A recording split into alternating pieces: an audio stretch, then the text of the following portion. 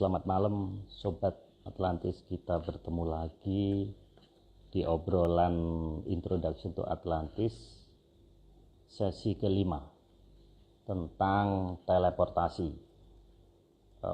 part 1 karena topik ini menarik. Jadi ini rangkaian dari area 36. Kita membahas area 36, kemudian teleportasi.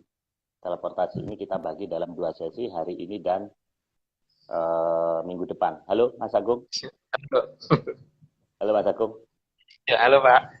Jelas nggak suara saya? Jelas Mas, jelas. Oke Ya. Mas. Terima kasih Mas. Jadi kita malam ini membahas tentang teleportasi part 1. Namun sebelumnya seperti biasa saya bacakan dulu ada satu pertanyaan mengenai area 36 kemarin. Jadi ada kawan kita yang bertanya kalau ibu kota negara ini dipindah ke Kalimantan, itu apa berarti kita menjauhi pusat Atlantis Center. Nah ini bagaimana? Apa ada pengaruhnya atau enggak dari tinjauan Atlantis tentunya? Silakan. Oke.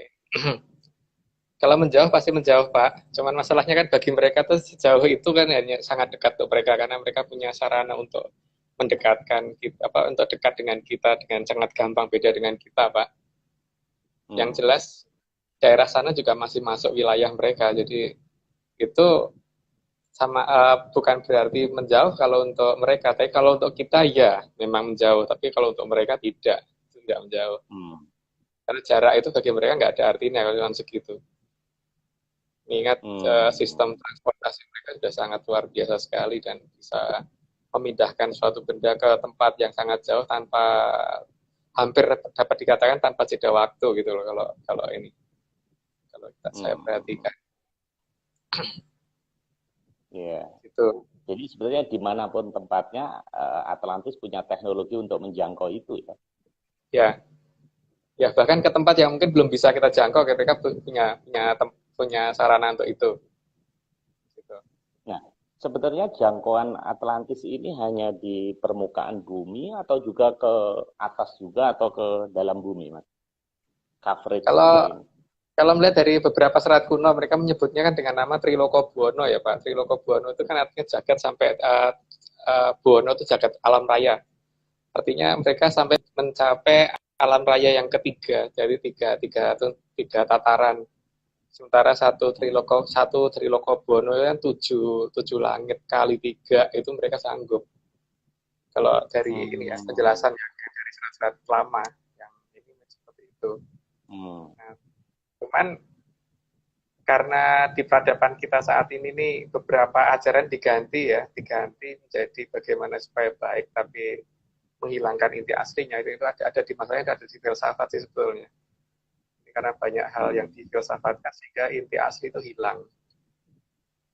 Gitu. Jadi tidak hanya di bumi ya Pak. Makanya kita mengenal ada nama antariksa gitu. Kita kenal nama itu. Itu bahasa kita, bukan dari luar. Kalau kita cuma di permukaan bumi ya paling cuma ngomongnya langit, ya nama-nama permukaan bumi, tanah, air gitu aja kan. Ini kan enggak ada. Kita kenal ngantariksa gitu. Kita kenal nama-nama seperti itu. Kita kenal beberapa nama suku Kayangan yang disebutkan di beberapa serat-serat lama itu. Dan itu jelas menunjukkan beberapa nama yang tidak di bumi. Seperti yang disebutkan tentang, ya misalkan yang kita perhatikan tentang tempatnya Bathara Indra disebut sebagai Kayangan Tenjomoyo, sebagai Sukuning Kayangan Tenjomoyo diceritakan sebagai sesuatu yang kelihatan dari bumi berwarna merah. Kemungkinan yang terdekat adalah planet Mars kan, terus Sukuning tempatnya Bathara Yu sebutkan sebagai tempat kaki kayangannya ada di daerah namanya Pangluwung, daerah yang serba angin kencang di sana dan diceritakan sebagai suatu benda yang jauh dari bumi dan paling terang. Itu kan yang jelas kelihatan Jupiter dan memang Jupiter kan seperti itu kondisinya. Jadi penjelasan itu kalau kita cermati memang itu banyak menjelaskan tidak di bumi Pak. Jadi kalau ditanyakan jangkauan mereka di situ enggak. Mereka tidak cuma di bumi. Iya. Juga penjelasan yang ada di Candi Cetro ya kalau nggak salah ya. Di Candi Cetro itu malah ada wahananya yang digambarkan di situ juga.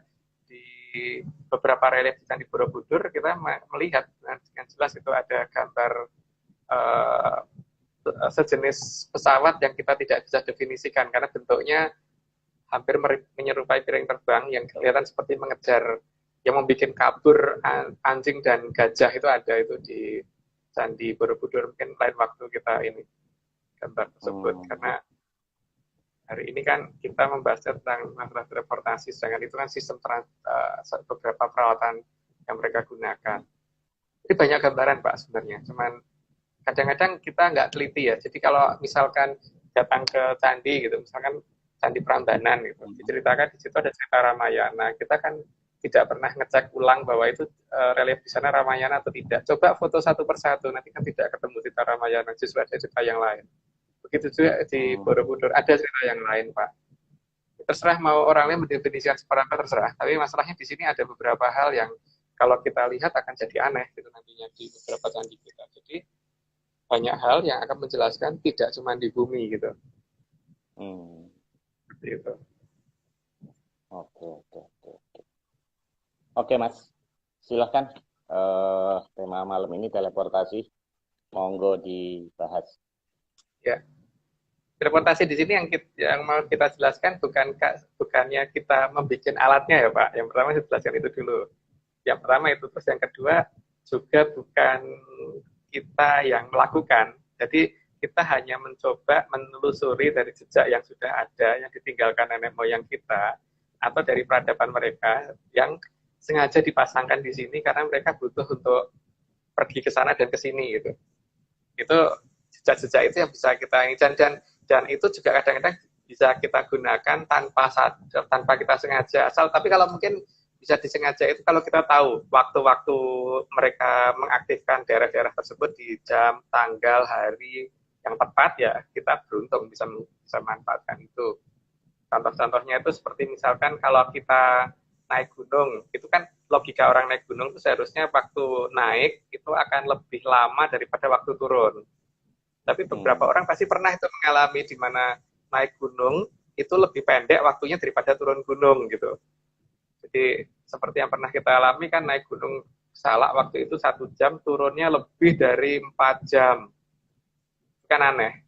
Tapi ya kebiasaan kita kan memang sengaja mencari hal seperti itu ya. Jadi ini yang pertama yang menunjukkan bahwa ada bantuan di titik-titik koordinat tertentu kita dilompatkan tuh ada itu. Sedangkan waktu turunnya kita nggak dilompatin, jadi lebih lama. Jadi seharusnya kan logikanya waktu naik gunung kita akan menjadi lebih lama daripada waktu turun, karena waktu turun kan bisa sambil lari-lari itu. Kalau naik kan sambil menggeh-menggeh gitu, berhenti gitu kan.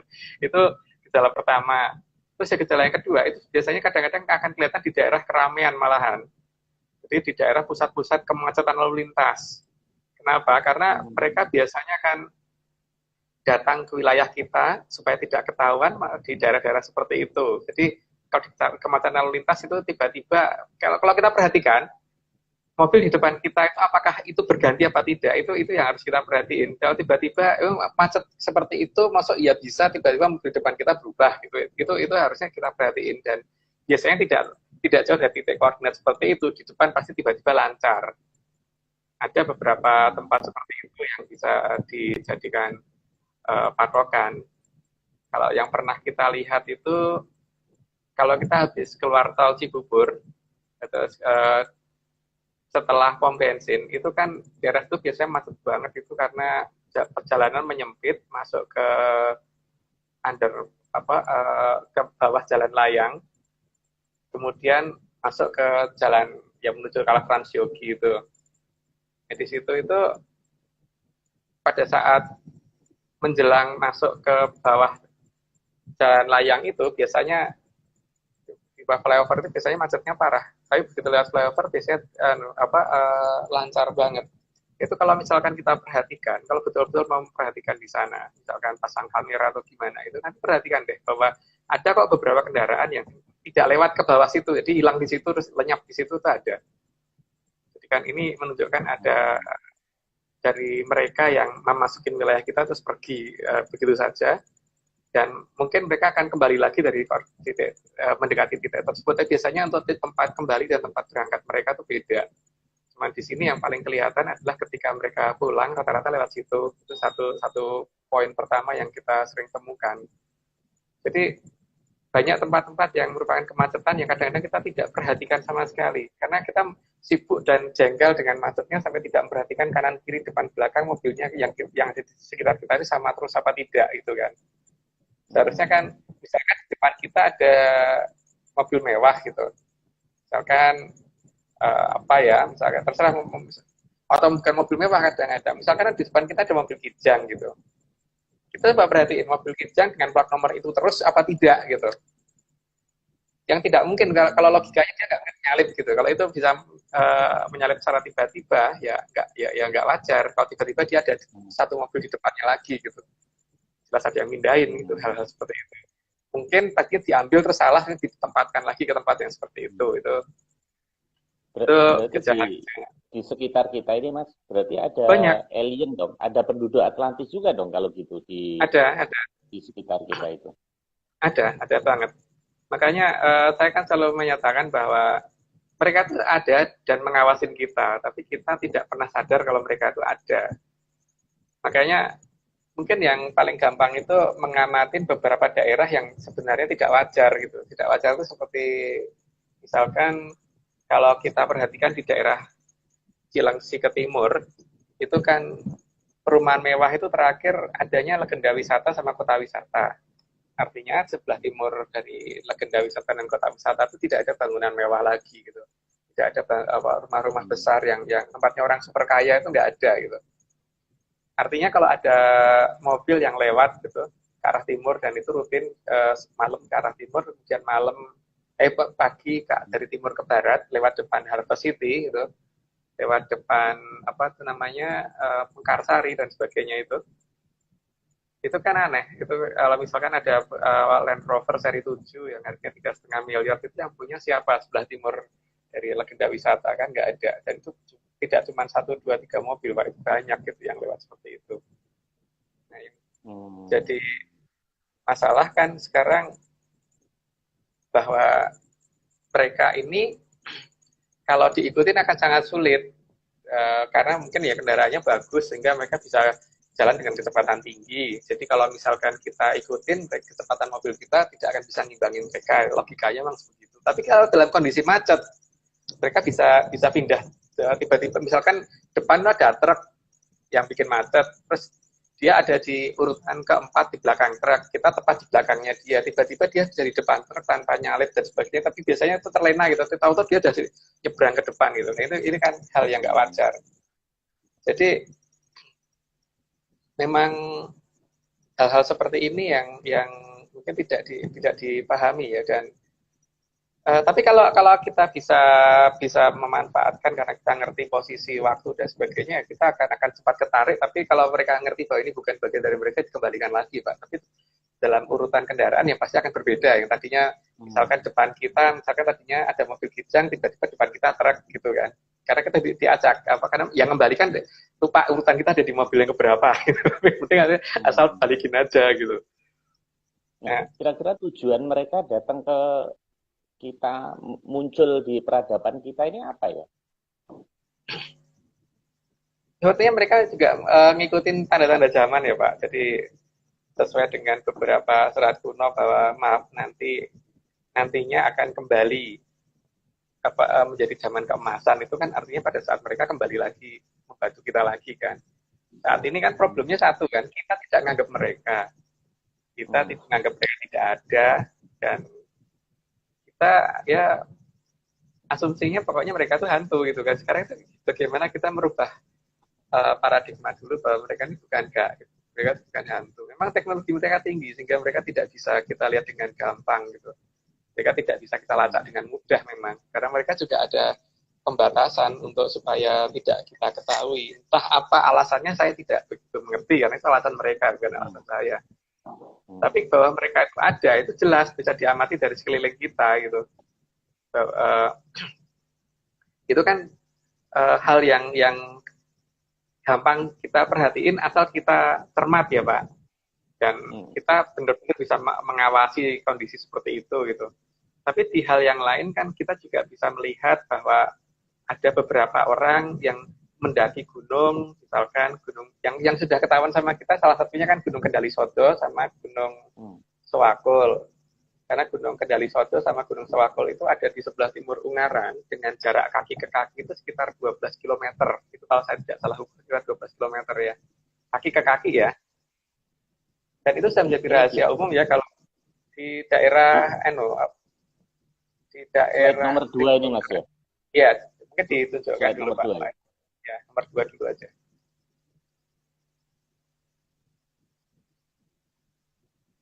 Mundur dikit Pak, mundur dikit. Nah itu, yang merah itu jarak dari kaki ke kaki itu sekitar 12 km.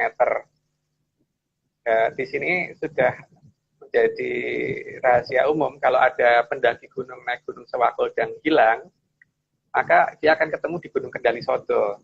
Begitu juga kalau ada orang naik Gunung Kendali Sodo dan hilang, pasti ketemunya di Gunung Sewakul. Itu yang pernah kita teliti dan pernah kita jelaskan di minggu yang lalu. Cukup Pak untuk ininya, untuk teks, untuk gambarnya cukup. Jadi itu yang pernah kita ini ya, dan kita juga pernah beruntung waktu zaman masih pakai kartu tol yang zaman dulu itu, kita ngambil kartu tol terus nanti di ujung tol berikutnya kita bayar gitu kan, pernah itu yang seperti itu. Ya tapi ya itulah, kadang-kadang ada aja loh kondisi yang membuat kita lupa gitu. Pada saat masuk tol Jagorawi ngobrol, tahu-tahu kita udah keluar tol, jadi kartunya masih ke bawah. Itu tuh juga bisa terjadi ya. Seperti itu, dan saya pikir hal seperti itu tidak cuma saya yang mengalami seperti itu, tapi juga ada yang lain. Jadi masuk pintu tolnya iya, tapi keluarnya nggak tahu kapan kalau sudah keluar pintu tol gitu, dan tidak nabrak pintu tol dan tidak dikejar polisi, berarti kan memang tidak melanggar aturan di situ. Itu kejadian-kejadian yang mungkin bisa Nah, ada pun beberapa model teleportasi itu juga kadang-kadang juga kalau kita melihat dari seperti lagu kebangsaan kita gitu, itu juga kadang-kadang ada hal yang cukup aneh kan di situ. Mungkin tidak kita sadari ya, kebangsaan kita seperti Indonesia, tanah airku, tanah tumpah darahku. Gitu. Terusnya apa Pak? Di sanalah aku berdiri. Aku berdiri. Ya. Nah, negara kita di mana Pak? Di sini kan? Di sana. Di sana. Negara kita kan di sini. Kita nyebutnya di sana. Ini negara kita itu di kan seberang sana. Ya. Karena kata penduduk tempat ada 3 kan. Di sini, di situ, sama di sana. Di sini tempat kita berada. Di itu tuh tidak di sini tapi tidak jauh. Kalau di sana itu tidak di sini dan jauh banget. Ini menunjukkan yang ini mungkin bukan suatu kesalahan yang bikin lagu, dan lucunya tidak pernah ada koreksi sama sekali. Jadi memang di sana Pak negara kita sebenarnya. Dari sana kita bisa berdiri itu di sana, dan kita bisa ke sana itu pasti butuh suatu sarana supaya kita bisa di sana. Dan untuk mencapai ke sana itu tidak mungkin gampang yang jelas. Karena kan ada pernyataan seperti itu. Lagu tersebut ada di zaman dulu dan sampai sekarang itu tetap dipertahankan kata di sana kan. Ada beberapa lagu yang menyatakan seperti ada lagu yang itu kan di sana tempat lahir beta gitu. Di sana loh, bukan di sini tempat lahir beta. Itu kan hal-hal yang menunjukkan ada loh suatu sarana untuk mencapai ke sana gitu. Disindir dengan halus di bahasa kita sendiri gitu kan. Berarti W.R. Supratman sendiri tahu tentang Atlantis dong ya? Sampai dia menciptakan seperti itu. Kalau tahu tidak mungkin bercerita Pak. Kemungkinan besar tahu, tapi tidak mungkin dia menceritakan itu ke masyarakat luas gitu. Karena juga tidak mau ada perbedaan pandangan yang akhirnya lagu kebangsaan tidak pernah tercipta gitu kan, daripada berdebat terus gitu. Pasti ya ada titiknya, salah satu harus mengalah dulu. Pokoknya yang penting ini diungkapkan dulu, orang nggak sadar ya biarin gitu. Yang penting ada pernyataan di sana gitu, bukan di sini yang disebut. Mungkin ada orang yang menyatakan bahwa lagu itu diciptakan ketika W.R. Supratman ada di Belanda gitu. Sehingga dia menyatakan di Indonesia ada di sana karena dari Belanda ke sini. Apapun itu yang terjadi, seperti Soekarno, mantan Presiden Soekarno bukan orang yang yang sangat jeli dalam masalah bahasa. Harusnya beliau koreksi kan. Itu untuk lagu Indonesia Raya loh Pak, untuk lagu kebangsaan kita loh. Harusnya kan itu menjelaskannya itu sudah jelas bahwa ada sarana yang disiapkan mereka untuk bisa mencapai di sana, itu ada. Berarti yang dihadirkan justru di malah lagu kebanggaan kita sendiri gitu, lagu kebangsaan kita, dan paling tidak ada 2 lagu kebangsaan yang menyatakan di sana gitu. So, nah, ada 3 kemungkinan cara teleportasi yang sudah kita perhatikan ya. Cara pertama itu mungkin sebelum saat yang pertama ditunjukkan, nanti kan misalkan gini ya, ini ada rel kereta api. Kalau kita ngelempar batu dari seberang rel ke seberang yang lain ya, maka batu itu kan menempuh garis yang lurus gitu kan ke titik seberangnya. Tapi kalau ini ada kereta yang lewat, maka batu itu ketika masuk dalam kereta, dia akan ngikutin koordinatnya kereta, begitu keluar dari kereta, maka dia akan keluar di sebelah sini. Jadi kalau kita lemparnya lurus ke sana, karena ada kereta, lempar jadi belok ke sana. Asal batu itu lewat dalam kereta. Seperti halnya kalau kita membawa batu dalam mobil, kemudian 2 batu, satu di tangan kita di dalam mobil, satunya di luar mobil, terus sama-sama kita lempar ke atas, maka batunya di dalam mobil akan jatuh di tangan kita, tapi batunya di luar mobil ini akan jatuhnya di belakang mobil. Seperti itu. Jadi di sini ada suatu wahana ya yang bisa digunakan asal kita bisa melihat wahana tersebut. Jadi cepat ada pada sesuatu yang mungkin tidak dalam jangkauan mata kita, itu kalau kita bisa masuk ke sana, tadi kita bisa menggunakan itu untuk berpindah tempat.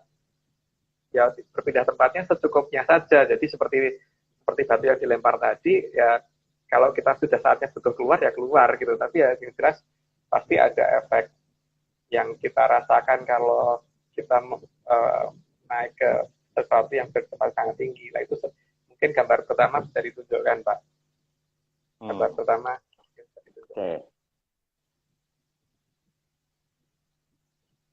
Agak mundur sedikit, Pak. Nah, itu. Nah, sebenarnya pola pelemparan batunya seperti yang kita gambarkan seperti itu. Mungkin kurang jelas ini ya, tapi nanti ini sudah ada di video kita di Nusantara Code of Atlantis Empire. Nanti bisa dicari di sana, yang di YouTube. Jadi ini kan pada posisi A, ketika batu dipegang oleh orang, terus kita dilempar ke arah kereta. Terus di kereta, karena kereta itu berjalan, bola batu itu kan ngikutin kereta. Pada saat keluar, maka keluarnya di titik yang tidak segaris dari A. Harusnya kan dari A ke B, jatuhnya ke yang bawahnya, yang C gitu. Karena arah gerakan keretanya ke arah bawah gitu. Itu cukup, Pak. Itu model gejala pertama yang kita pelajari ya. Model yang kedua itu nenek moyang kita bisa membuat dirinya menjadi besar, kemudian berpindah sambil melangkah 1 langkah sambil mengecilkan dirinya kembali sehingga sudah berpindah ke tempat yang sangat jauh. Nah, bukti tersebut ada di laut selatan kita. Itu ada bukti telapak tangan, Pak, yang digambarkan telapak tangan yang bisa dilihat di Google Earth yang ada di selatan Jawa, sebelah barat Australia. Coba yang gambar saya terakhir, nggak salah ya, yang di lautan. Keempat. Ya, terpaksa nggak urut. Ya, Mas. Kerang ke atas sedikit ya. Itu kan kerang ke atas sedikit. Nah, itu telapak tangan kiri kan itu. Telapak tangan kiri itu tepat telapak tangan kiri kok. Nah, itu kan menunjukkan bahwa hal tersebut bisa dilakukan leluhur kita, bahwa beliau bisa membesar terus mengecil dengan sambil melangkah, sehingga pada saat 1 langkah berjalan itu sekaligus 1 langkah itu nyampe ke 1 tempat. Ya, cukup, Pak. Cukup gambar yang itu. Oke. Jadi ada yang seperti itu ya. Jadi itu memang mungkin zaman sekarang teknologi itu sudah hilang. Kalau zaman dulu kan ada yang namanya triwikromo itu. Triwikromo itu jadi membuat diri menjadi dimensi yang ketiga, jadi menjadi besar dengan dimensi yang ketiga, terus itu mengecil kembali. Itu yang yang saat mengecil kembali itu pindah tempat gitu, Mas. Ya sambil melangkah kan. Jadi kaki kita sambil melangkah. Kota itu. Ya, jadi pada saat mengecil sambil kembali ke arah tempat yang kita tuju gitu. Jadi memang tidak butuh waktu yang sangat lama. Dan proses itunya nggak lama seharusnya kalau melihat dari gejala yang terjadi seperti itu. Tapi hal seperti ini itu kalau kembali kan luar biasa Pak, di mana orang bisa membesar sebesar itu kalau berhadapan dengan negara lain kan satu tabokan negaranya habis itu. Kembali sayang sekali itu hal yang sudah sampai zaman sekarang sudah hilang gitu. Ajaran seperti itu sudah hilang. Teknologi itu sudah hilang, tapi seharusnya di pihak sana enggak. Di Atlantis enggak hilang. Kalau tidak hilang kan suatu ketika bisa kita pelajari dengan bantuan dari sana. Gitu. Jadi itu kan beberapa permodelan yang bisa kita ini ya, yang bisa kita perhatikan. Tinggal masalahnya itu zaman sekarang kan masalahnya itu dianggap tidak wajar, tidak ini. Tapi kalau dianggap itu gejala alami ya terserah ya. Itu bisa aja orang ngomong itu bukan telapak tangan, itu alamiah yang terjadi. Monggo aja itu dianggap seperti itu tidak apa-apa. Tapi cerita tentang Trivicromo itu kan memang ada di Jawa. Kalau manusia bisa membesarkan diri seperti itu, ada ceritanya. Dalam cerita pewayangan Mas ya? Iya. Cerita pewayangan kan gitu. Ada beberapa kasus Trivicromo kan banyak banget, seperti pada saat lakon Kresna Duto itu kan juga ada tuh lakon Trivicromo. Terus pada saat Prabu Arjuna Sosrobau, katanya Prabu Arjuna Sosrobau juga ada. Jadi artinya yang bisa melakukan seperti itu tidak cuma 1, 2, 3 raja, itu banyak yang pernah jalankan seperti itu. Jadi kalau yang tadi, yang model pertama tadi, yang model kayak apa, ada jalur kereta yang kemudian kita ikut lewat, kemudian ikut turun gitu tuh, kalau di Jawa dinamakan Aji Sepi Angin. Itu biasa untuk orang tidak tempat cara menjaga. Ya, kalau yang membesar tadi kan Bolos Rewu. Itu karena kenapa saya ngerti ya itu, karena pernah saya punya ya bukan guru ya, kebetulan tuh kenal namanya Eyang Kati di daerah Gemolong. Nah, beliau itu kan saking baiknya, waktu pas saya berkunjung ke tempatnya beliau, terus nganterin ke bandara di Solo. Hati-hati ya, Ger. Nanti kalau waktu sana hati-hati ya, jangan mikir ngapain sih, kok sudah biasa lah kalau cuma terbang ke arah Jakarta gitu. Yang terjadi adalah begitu pesawat saya mendarat, dia jemput di Jakarta. Dia nganterin ke Jakarta, nganterin ke Solo, jemput di Jakarta. Itu kalau orang yang pernah kenal sama beliau pasti sering itu mengalami seperti itu. Namanya yang kasih. Sekarang sudah meninggal seperti itu.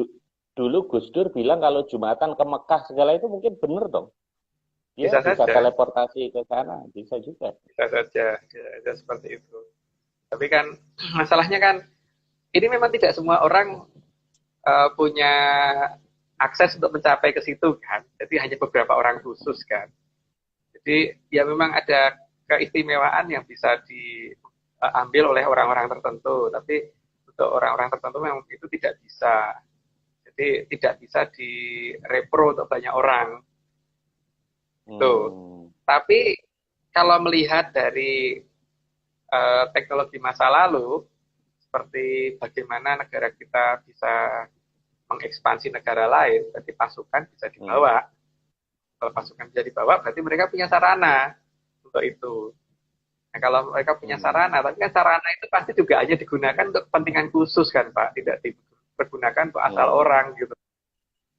Atau untuk warga mereka saja gitu. Untuk kita mungkin hanya pas kalau beruntung aja pas dapat jatah seperti itu gitu. Atau pas apes, maksudnya pas apes itu kan seperti bis pahala kencana Pak. Bis pahala kencana waktu itu digerobakkan perbaikan jalan, terus kemudian karena sopirnya merasa tahu jalan, dia enggak masuk ke hutan dengan tujuan masuk ke hutan, keluar lagi dari sisi jalan yang lain supaya tidak terkena macet karena sedang ada perbaikan jalan. Tapi kan waktu itu yang terjadi ternyata bis tersebut akhirnya berhenti di tengah hutan. Terus kemudian nggak bisa berjalan lagi karena depan belakang kiri kanan semuanya pohon jati, sehingga untuk mengeluarkan itu harus menebangin pohon jatinya itu kan. Nah, hal ini kan ada beritanya Pak, itu kan ada gambarnya tuh, gambarnya mungkin ditunjukkan Pak. Nah itu kan ada kasus bis yang ada di Grobogan ya, cukup Pak. Saya kira sudah cukup. Ya cukup Pak. Ya. Jadi kan itu kan semuanya semua gejala. Cuman gejala itu ada yang menguntungkan dan yang tidak menguntungkan gitu. Yang tidak menguntungkan adalah kalau kita terpindahkan ke suatu tempat yang tidak kita inginkan. Seperti tadi bis masuk ke suatu wilayah yang akhirnya tidak bisa bergerak. Kan itu aneh. Bagaimana dia bisa masuk ke tengah hutan seperti itu yang depan belakang kanan kirinya hutan jati gitu. Itu kan kayak diambil ditaruh di situ gitu. Sehingga keluarnya aja harus motongin pohon gitu. Tapi kadang-kadang kita diuntungkan. Diuntungkannya misalkan seperti yang pernah saya alami gitu, masuk tol nggak perlu bayar tol. Tahu-tahu udah keluar, bukan kita yang melanggar aturan, ya. Bukan kita yang mau kok. Kita juga terkejut gitu. Pas kemacetan tiba-tiba kita hubungan teleportasi dengan area 36-nya apa, Mas? Area 36 itu kan dibatasi dengan dengan garis batas. Garis batas ini tidak boleh kita masukin, sehingga kalau ada orang masuk ke sini sebelum melihat garis batas sudah dipindah ke tempat lain yang jaraknya 400 km paling tidak, Pak. Gitu. Jadi teleportasi digunakan untuk mengamankan wilayah mereka dari kita. Gitu. Itu hubungannya dengan area 36. Tadi kalau nggak salah ada yang sempat nanya bagaimana bisa membedakan orang Atlantis dan bukan Atlantis gitu ya. Memang sangat sulit karena mereka ya manusia biasa seperti kita, tapi kecerdasan mereka sangat tinggi. Cuman masalahnya kan ketika mereka ada di peradaban kita, mereka tidak akan menunjukkan itu. Tapi biasa karena mereka itu orang yang biasa tinggal di daerah yang sangat elit, ya, karena paling tidak becak mereka aja itu pasti lebih bagus daripada mobil mewah kita kan. Sehingga mereka pasti akan menggunakan kendaraan yang casingnya paling tidak setara dengan mobil mewah kita gitu. Yang pertama itu. Tapi kalau kita lacak rumahnya nggak akan ketemu. Gitu. Atau kalau mereka membangun suatu pekerjaan aneh aja, pokoknya tiba-tiba selesai gitu. Kapan waktunya memulai dan kapan waktunya ini nggak jelas, tahu-tahu selesai. Ada beberapa proyek yang nggak etis kalau saya jelaskan di sini, tapi mungkin masyarakat yang tinggal di dekatnya kalau misalkan waspada akan cukup aneh aja. Nggak ada truk lewat, nggak ada tronton lewat, nggak ada mobil bangunan lewat, tahu-tahu bangunannya selesai. Itu kalau diamati di Jakarta kan banyak itu seperti itu. Tahu-tahu selesai itu. Dan proses pengembangannya per step-stepnya kadang-kadang nggak jelas. Tahu-tahu udah cepet banget gitu. Jadi yang tidak ukuran wajar itu itulah itu salah satu yang mereka bangun. Kita membahas area 36, kemudian teleportasi. Teleportasi ini kita bagi dalam 2 sesi, hari ini dan minggu depan. Halo, Mas Agung. Halo. Halo, Mas Agung. Ya, halo Pak. Jelas nggak suara saya? Jelas, Mas. Jelas. Oke, Mas. Terima kasih, Mas. Jadi kita malam ini membahas tentang teleportasi part 1. Namun sebelumnya seperti biasa, saya bacakan dulu ada satu pertanyaan mengenai area 36 kemarin. Jadi ada kawan kita yang bertanya, kalau ibu kota negara ini dipindah ke Kalimantan, itu apa berarti kita menjauhi pusat Atlantis Center? Nah ini bagaimana? Apa ada pengaruhnya atau enggak dari tinjauan Atlantis tentunya? Silakan. Oke. Kalau menjauh pasti menjauh Pak. Cuman masalahnya kan bagi mereka tuh sejauh itu kan hanya sangat dekat untuk mereka karena mereka punya sarana untuk mendekatkan kita, untuk dekat dengan kita dengan sangat gampang, beda dengan kita Pak. Yang jelas daerah sana juga masih masuk wilayah mereka. Jadi itu sama bukan berarti menjauh kalau untuk mereka, tapi kalau untuk kita ya memang menjauh, tapi kalau untuk mereka tidak menjauh. Karena jarak itu bagi mereka nggak ada artinya kalau segitu. Mengingat sistem transportasi mereka sudah sangat luar biasa sekali dan bisa memindahkan suatu benda ke tempat yang sangat jauh tanpa hampir dapat dikatakan tanpa jeda waktu gitu loh kalau ini kalau saya perhatikan. Iya. Itu. Jadi sebenarnya dimanapun tempatnya, Atlantis punya teknologi untuk menjangkau itu ya. Ya bahkan ke tempat yang mungkin belum bisa kita jangkau, mereka punya sarana untuk itu. Gitu. Nah, sebenarnya jangkauan Atlantis ini hanya di permukaan bumi atau juga ke atas juga atau ke dalam bumi, Mas? Coverage kalau melihat dari beberapa serat kuno, mereka menyebutnya kan dengan nama Trilokobuwono ya Pak. Trilokobuwono itu kan artinya jagat sampai Buwono itu jagat alam raya. Artinya mereka sampai mencapai alam raya yang ketiga, jadi tiga tataran. Sementara satu Trilokobuwono kan tujuh langit kali tiga itu mereka sanggup. Kalau dari ini ya penjelasan dari serat-serat lama yang ini seperti itu. Nah, cuman karena di peradaban kita saat ini nih beberapa ajaran diganti menjadi bagaimana supaya baik tapi menghilangkan inti aslinya itu ada di masalahnya ada di filsafat sih sebetulnya. Ini karena banyak hal yang difilsafatkan sehingga inti asli itu hilang. Gitu. Jadi kita membahas area 36, kemudian teleportasi. Teleportasi ini kita bagi dalam 2 sesi, hari ini dan minggu depan. Halo Mas Agung. Halo. Halo Mas Agung. Ya, halo Pak. Jelas nggak suara saya? Jelas Mas, jelas. Oke Mas. Terima kasih Mas. Jadi kita malam ini membahas tentang teleportasi part 1. Namun sebelumnya seperti biasa, saya bacakan dulu ada satu pertanyaan mengenai area 36 kemarin. Jadi ada kawan kita yang bertanya, kalau ibu kota negara ini dipindah ke Kalimantan, itu apa berarti kita menjauhi pusat Atlantis Center? Nah ini bagaimana? Apa ada pengaruhnya atau enggak dari tinjauan Atlantis tentunya? Silakan. Oke. Kalau menjauh pasti menjauh Pak. Cuman masalahnya kan bagi mereka tuh sejauh itu kan hanya sangat dekat untuk mereka karena mereka punya sarana untuk mendekatkan kita, untuk dekat dengan kita dengan sangat gampang, beda dengan kita Pak. Yang jelas daerah sana juga masih masuk wilayah mereka. Jadi itu sama bukan berarti menjauh kalau untuk mereka, tapi kalau untuk kita ya memang menjauh, tapi kalau untuk mereka tidak menjauh. Karena jarak itu bagi mereka nggak ada artinya kalau segitu. Mengingat sistem transportasi mereka sudah sangat luar biasa sekali dan bisa memindahkan suatu benda ke tempat yang sangat jauh tanpa hampir dapat dikatakan tanpa jeda waktu gitu loh kalau ini kalau saya perhatikan. Iya. Itu. Jadi sebenarnya dimanapun tempatnya Atlantis punya teknologi untuk menjangkau itu ya. Ya bahkan ke tempat yang mungkin belum bisa kita jangkau, mereka punya sarana untuk itu. Gitu. Nah, sebenarnya jangkauan Atlantis ini hanya di permukaan bumi atau juga ke atas juga atau ke dalam bumi, Mas? Coverage.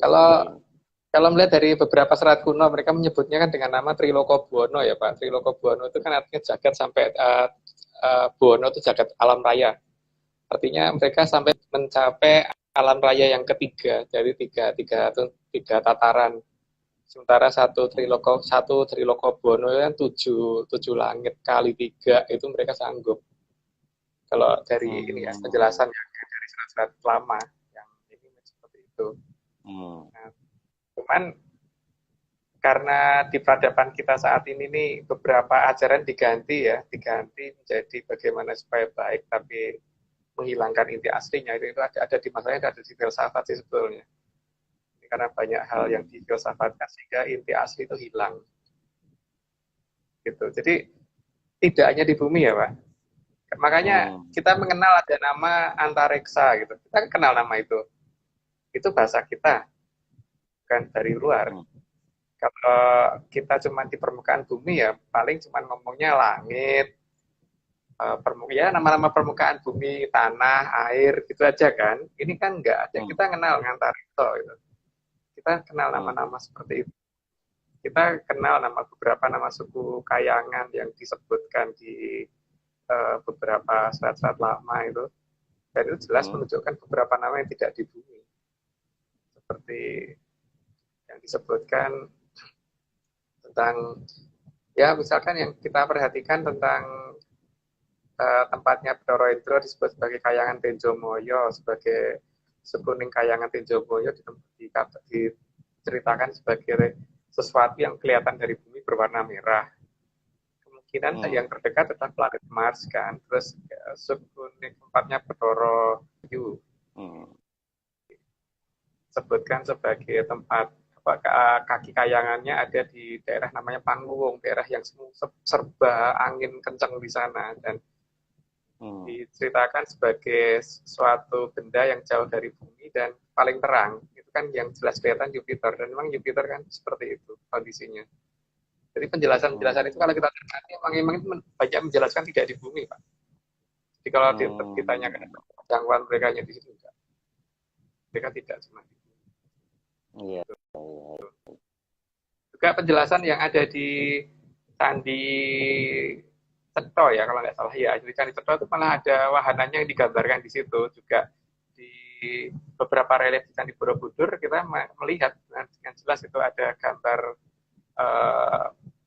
sejenis pesawat yang kita tidak bisa definisikan karena bentuknya hampir menyerupai piring terbang yang kelihatan seperti mengejar, yang membuat kabur anjing dan gajah. Itu ada itu di Candi Borobudur. Mungkin lain waktu kita ini gambar tersebut, karena hari ini kan kita membahas tentang masalah teleportasi, sedangkan itu kan sistem beberapa peralatan yang mereka gunakan. Jadi banyak gambaran Pak sebenarnya, cuman kadang-kadang kita nggak teliti ya. Jadi kalau misalkan datang ke candi gitu, misalkan Candi Prambanan gitu, diceritakan di situ ada cerita Ramayana, kita kan tidak pernah ngecek ulang bahwa itu relief di sana Ramayana atau tidak. Coba foto satu persatu, nanti kan tidak ketemu cerita Ramayana, justru ada cerita yang lain. Begitu juga di Borobudur, ada cerita yang lain, Pak. Terserah mau orang lain mendefinisikan seperti apa, terserah. Tapi masalahnya di sini ada beberapa hal yang kalau kita lihat akan jadi aneh gitu nantinya di beberapa candi kita. Jadi banyak hal yang akan menjelaskan tidak cuma di bumi gitu. Seperti itu. Oke, Mas. Silahkan. Tema malam ini teleportasi. Monggo dibahas. Ya. Teleportasi di sini yang mau kita jelaskan bukannya kita membuat alatnya ya Pak. Yang pertama saya jelaskan itu dulu. Yang pertama itu, terus yang kedua juga bukan kita yang melakukan. Jadi kita hanya mencoba menelusuri dari jejak yang sudah ada, yang ditinggalkan nenek moyang kita, atau dari peradaban mereka yang sengaja dipasangkan di sini karena mereka butuh untuk pergi ke sana dan ke sini gitu. Itu jejak-jejak itu yang bisa kita ini, dan itu juga kadang-kadang bisa kita gunakan tanpa kita sengaja. Tapi kalau mungkin bisa disengaja itu kalau kita tahu waktu-waktu mereka mengaktifkan daerah-daerah tersebut di jam, tanggal, hari yang tepat, ya kita beruntung bisa manfaatkan itu. Contoh-contohnya itu seperti misalkan kalau kita naik gunung, itu kan logika orang naik gunung itu seharusnya waktu naik itu akan lebih lama daripada waktu turun. Tapi beberapa orang pasti pernah itu mengalami di mana naik gunung itu lebih pendek waktunya daripada turun gunung gitu. Jadi seperti yang pernah kita alami kan, naik gunung Salak waktu itu 1 jam, turunnya lebih dari 4 jam. Kan aneh. Tapi ya kebiasaan kita kan memang sengaja mencari hal seperti itu ya. Jadi ini yang pertama yang menunjukkan bahwa ada bantuan di titik-titik koordinat tertentu kita dilompatkan tuh ada itu. Sedangkan waktu turunnya kita nggak dilompatin, jadi lebih lama. Jadi seharusnya kan logikanya waktu naik gunung kita akan menjadi lebih lama daripada waktu turun, karena waktu turun kan bisa sambil lari-lari itu. Kalau naik kan sambil menggeh-menggeh gitu, berhenti gitu kan. Itu gejala pertama. Terus ya gejala yang kedua itu biasanya kadang-kadang akan kelihatan di daerah keramaian malahan. Jadi di daerah pusat-pusat kemacetan lalu lintas. Kenapa? Karena mereka biasanya kan datang ke wilayah kita supaya tidak ketahuan di daerah-daerah seperti itu. Jadi kalau di kemacetan lalu lintas itu tiba-tiba, kalau kita perhatikan, mobil di depan kita itu apakah itu berganti apa tidak, itu yang harus kita perhatiin. Kalau tiba-tiba macet seperti itu, masuk ya bisa tiba-tiba mobil depan kita berubah gitu. Itu harusnya kita perhatiin, dan biasanya tidak jauh dari titik koordinat seperti itu, di depan pasti tiba-tiba lancar. Ada beberapa tempat seperti itu yang bisa dijadikan patokan. Kalau yang pernah kita lihat itu, kalau kita habis keluar tol Cibubur, terus setelah pom bensin, itu kan daerah itu biasanya macet banget itu karena perjalanan menyempit masuk ke ke bawah jalan layang, kemudian masuk ke jalan yang menuju Kala Transyogi itu. Di situ itu pada saat menjelang masuk ke bawah jalan layang itu biasanya di bawah flyover itu biasanya macetnya parah. Tapi begitu lewat flyover biasanya lancar banget. Itu kalau misalkan kita perhatikan, kalau betul-betul mau memperhatikan di sana, misalkan pasang kamera atau gimana, itu nanti perhatikan deh bahwa ada kok beberapa kendaraan yang tidak lewat ke bawah situ, jadi hilang di situ terus lenyap di situ tuh ada. Jadi kan ini menunjukkan ada dari mereka yang memasukin wilayah kita terus pergi begitu saja, dan mungkin mereka akan kembali lagi dari titik mendekati titik tersebut. Tapi biasanya untuk tempat kembali dan tempat berangkat mereka tuh beda. Cuman di sini yang paling kelihatan adalah ketika mereka pulang rata-rata lewat situ. Itu satu poin pertama yang kita sering temukan. Jadi banyak tempat-tempat yang merupakan kemacetan yang kadang-kadang kita tidak perhatikan sama sekali. Karena kita sibuk dan jengkel dengan macetnya sampai tidak memperhatikan kanan kiri depan belakang mobilnya yang ada di sekitar kita ini sama terus apa tidak gitu kan. Seharusnya kan misalkan di depan kita ada mobil mewah gitu. Misalkan misalkan terserah atau bukan mobil mewah kadang-kadang. Misalkan di depan kita ada mobil kijang gitu. Kita coba perhatiin mobil kijang dengan plat nomor itu terus apa tidak gitu.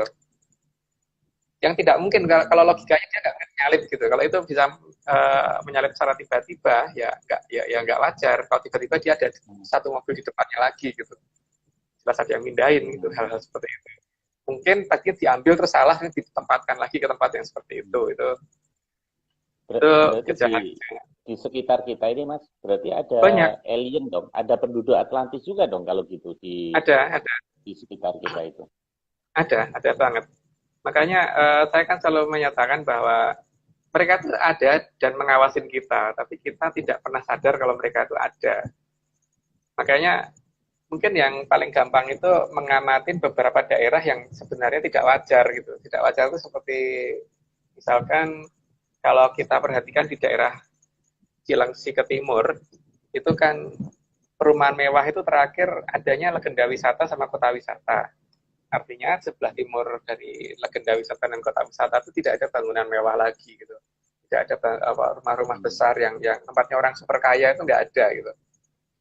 Artinya kalau ada mobil yang lewat gitu ke arah timur dan itu rutin malam ke arah timur, kemudian pagi dari timur ke barat lewat depan Harvest City gitu, lewat depan Mekarsari dan sebagainya itu kan aneh. Itu kalau misalkan ada Land Rover seri 7 yang harganya 3,5 miliar itu yang punya siapa sebelah timur dari legenda wisata kan nggak ada, dan itu tidak cuma 1, 2, 3 mobil Pak, itu banyak gitu yang lewat seperti itu.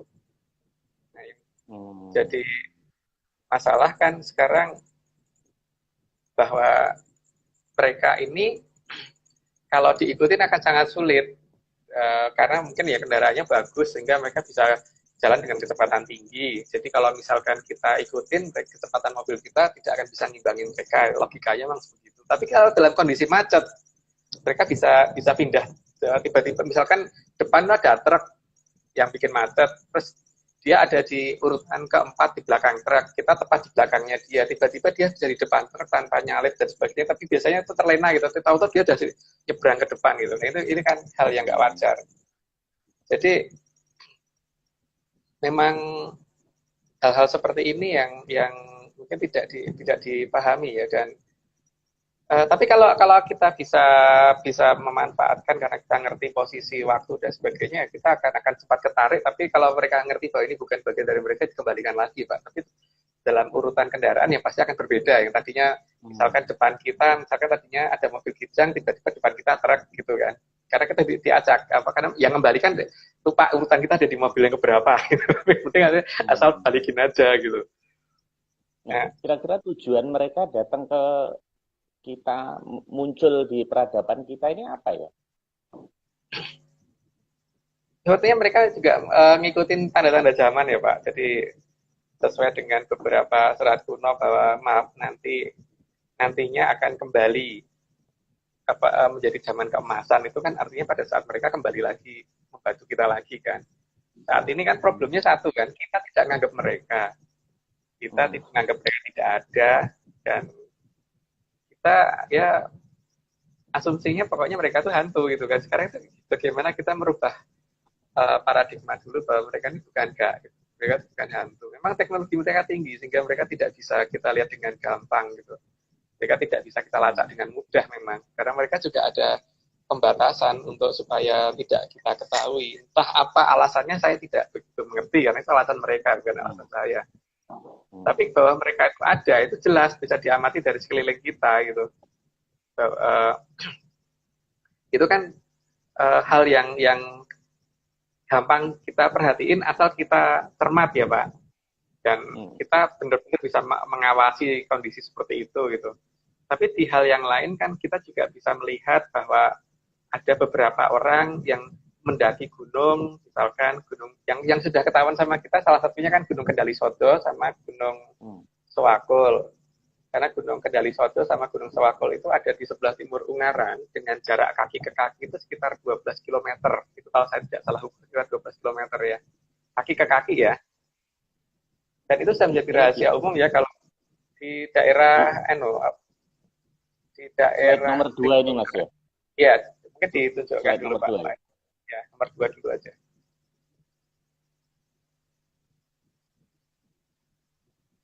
Mundur dikit Pak, mundur dikit. Nah itu, yang merah itu jarak dari kaki ke kaki itu sekitar 12 km.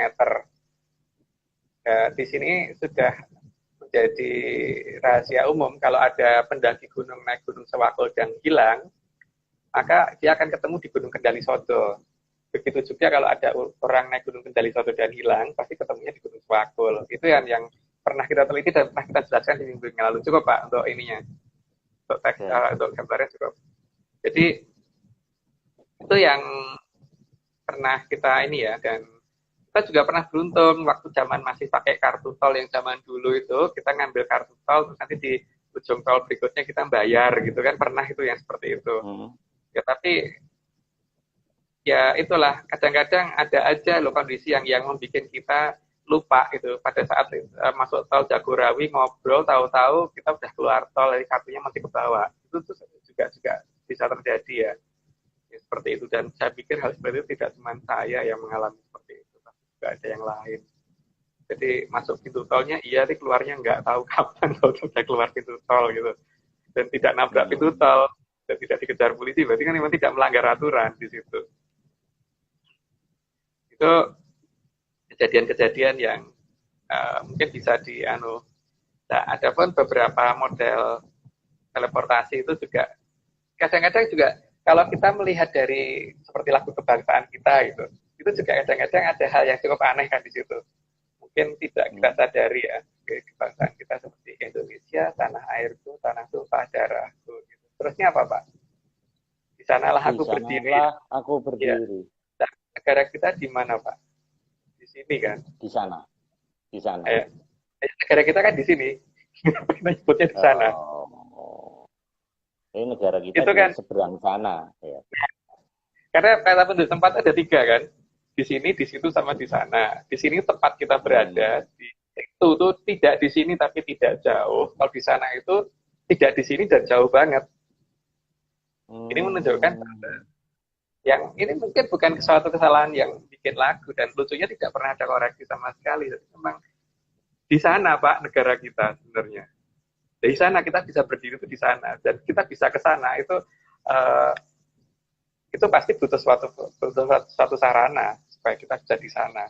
Dan untuk mencapai ke sana itu tidak mungkin gampang nih yang jelas. Karena kan ada pernyataan seperti itu. Lagu tersebut ada di zaman dulu dan juga sekarang itu tetap dipertahankan kata di sana kan. Ada beberapa lagu yang menyatakan seperti ada lagu yang itu kan di sana tempat lahir kita. Gitu. Di sana loh, bukan di sini. Iya. Itu kan hal-hal yang menunjukkan ada loh suatu sarana untuk mencapai ke sana gitu. Disindir dengan halus di bahasa kita sendiri gitu kan. Berarti W.R. Supratman sendiri tahu tentang Atlantis dong ya? Sampai dia menciptakan seperti itu. Kalau tahu tidak mungkin bercerita Pak. Kemungkinan besar tahu, tapi tidak mungkin dia menceritakan itu ke masyarakat luas gitu. Karena juga tidak mau ada perbedaan pandangan yang akhirnya lagu kebangsaan tidak pernah tercipta gitu kan, daripada berdebat terus gitu. Pasti ya ada titiknya, salah satu harus mengalah dulu. Pokoknya yang penting ini diungkapkan dulu, orang nggak sadar ya biarin gitu. Yang penting ada pernyataan di sana gitu. bukan di sini yang disebut. Mungkin ada orang yang menyatakan bahwa lagu itu diciptakan ketika W.R. Supratman ada di Belanda gitu, sehingga dia menyatakan di Indonesia ada di sana karena dari Belanda ke sini. Apapun itu yang terjadi, seperti Soekarno, mantan Presiden Soekarno bukan orang yang yang sangat jeli dalam masalah bahasa. Harusnya beliau koreksi kan, itu untuk lagu Indonesia Raya loh Pak, untuk lagu kebangsaan kita loh. Harusnya kan itu menjelaskannya ini bukan di sana. Itu sudah jelas bahwa ada sarana yang disiapkan mereka untuk bisa mencapai di sana, itu ada. Jadi yang dihadirkan justru di malah lagu kebanggaan kita sendiri gitu, lagu kebangsaan kita, dan paling tidak ada 2 lagu kebangsaan yang menyatakan di sana gitu. Nah, ada 3 kemungkinan cara teleportasi yang sudah kita perhatikan ya. Cara pertama itu mungkin sebelum saat yang pertama ditunjukkan, nanti kan misalkan gini ya, ini ada rel kereta api. Kalau kita ngelempar batu dari seberang rel ke seberang yang lain ya, maka batu itu kan menempuh garis yang lurus gitu kan ke titik seberangnya. Tapi kalau ini ada kereta yang lewat, maka batu itu ketika masuk dalam kereta, dia akan ngikutin koordinatnya kereta, begitu keluar dari kereta, maka dia akan keluar di sebelah sini. Jadi kalau kita lemparnya lurus ke sana, karena ada kereta, lempar jadi belok ke sana. Asal batu itu lewat dalam kereta.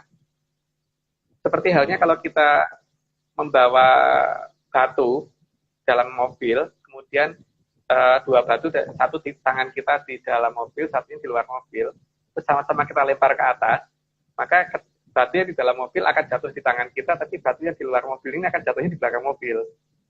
Seperti itu. Jadi di sini ada suatu wahana ya yang bisa digunakan asal kita bisa melihat wahana tersebut. Jadi cepat ada pada sesuatu yang mungkin tidak dalam jangkauan mata kita, itu kalau kita bisa masuk ke sana, tadi kita bisa menggunakan itu untuk berpindah tempat. Ya berpindah tempatnya secukupnya saja. Jadi seperti batu yang dilempar tadi, ya kalau kita sudah saatnya butuh keluar ya keluar gitu. Tapi ya yang jelas pasti ada efek yang kita rasakan kalau kita naik ke sesuatu yang berkecepatan sangat tinggi. Nah itu mungkin gambar pertama bisa ditunjukkan Pak. Gambar pertama.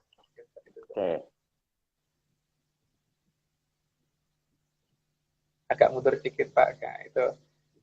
Nah, sebenarnya pola pelemparan batunya seperti yang kita gambarkan seperti itu. Mungkin kurang jelas ini ya, tapi nanti ini sudah ada di video kita di Nusantara Code of Atlantis Empire. Nanti bisa dicari di sana, yang di YouTube. Jadi ini kan pada posisi A, ketika batu dipegang oleh orang, terus kita dilempar ke arah kereta. Terus di kereta, karena kereta itu berjalan, bola batu itu kan ngikutin kereta. Pada saat keluar, maka keluarnya di titik yang tidak segaris dari A. Harusnya kan dari A ke B, jatuhnya ke yang bawahnya, yang C gitu. Karena arah gerakan keretanya ke arah bawah gitu. Itu cukup Pak. Itu model gejala pertama yang kita pelajari ya. Model yang kedua itu nenek moyang kita bisa membuat dirinya menjadi besar, kemudian berpindah sambil melangkah 1 langkah, sambil mengecilkan dirinya kembali sehingga sudah berpindah ke tempat yang sangat jauh. Nah, bukti tersebut ada di laut selatan kita. Itu ada bukti telapak tangan Pak yang digambarkan, telapak tangan yang bisa dilihat di Google Earth yang ada di selatan Jawa, sebelah barat Australia. Coba yang gambar saya terakhir, nggak salah ya, yang di lautan. Keempat. Ya, terpaksa nggak urut. Ya Mas. Kerang ke atas sedikit ya. Itu kan kerang ke atas sedikit. Nah itu telapak tangan kiri kan itu. Telapak tangan kiri itu tepat telapak tangan kiri kok. Nah itu kan menunjukkan bahwa hal tersebut bisa dilakukan leluhur kita, bahwa beliau bisa membesar terus mengecil dengan sambil melangkah, sehingga pada saat 1 langkah berjalan itu sekaligus 1 langkah itu nyampe ke 1 tempat. Ya cukup Pak, cukup gambar yang itu. Oke. Jadi ada yang seperti itu ya. Jadi itu memang mungkin zaman sekarang teknologi itu sudah hilang. Kalau zaman dulu kan ada yang namanya triwikromo itu. Triwikromo itu jadi membuat diri menjadi dimensi yang ketiga, jadi menjadi besar dengan dimensi yang ketiga, terus itu mengecil kembali. Itu yang anu ya, Nah, yang saat mengecil kembali itu pindah tempat gitu, Mas? ya sambil melangkah kan. Nanti kaki Oh, kita sambil sudah di melangkah. kota yang ya. Jadi Oh.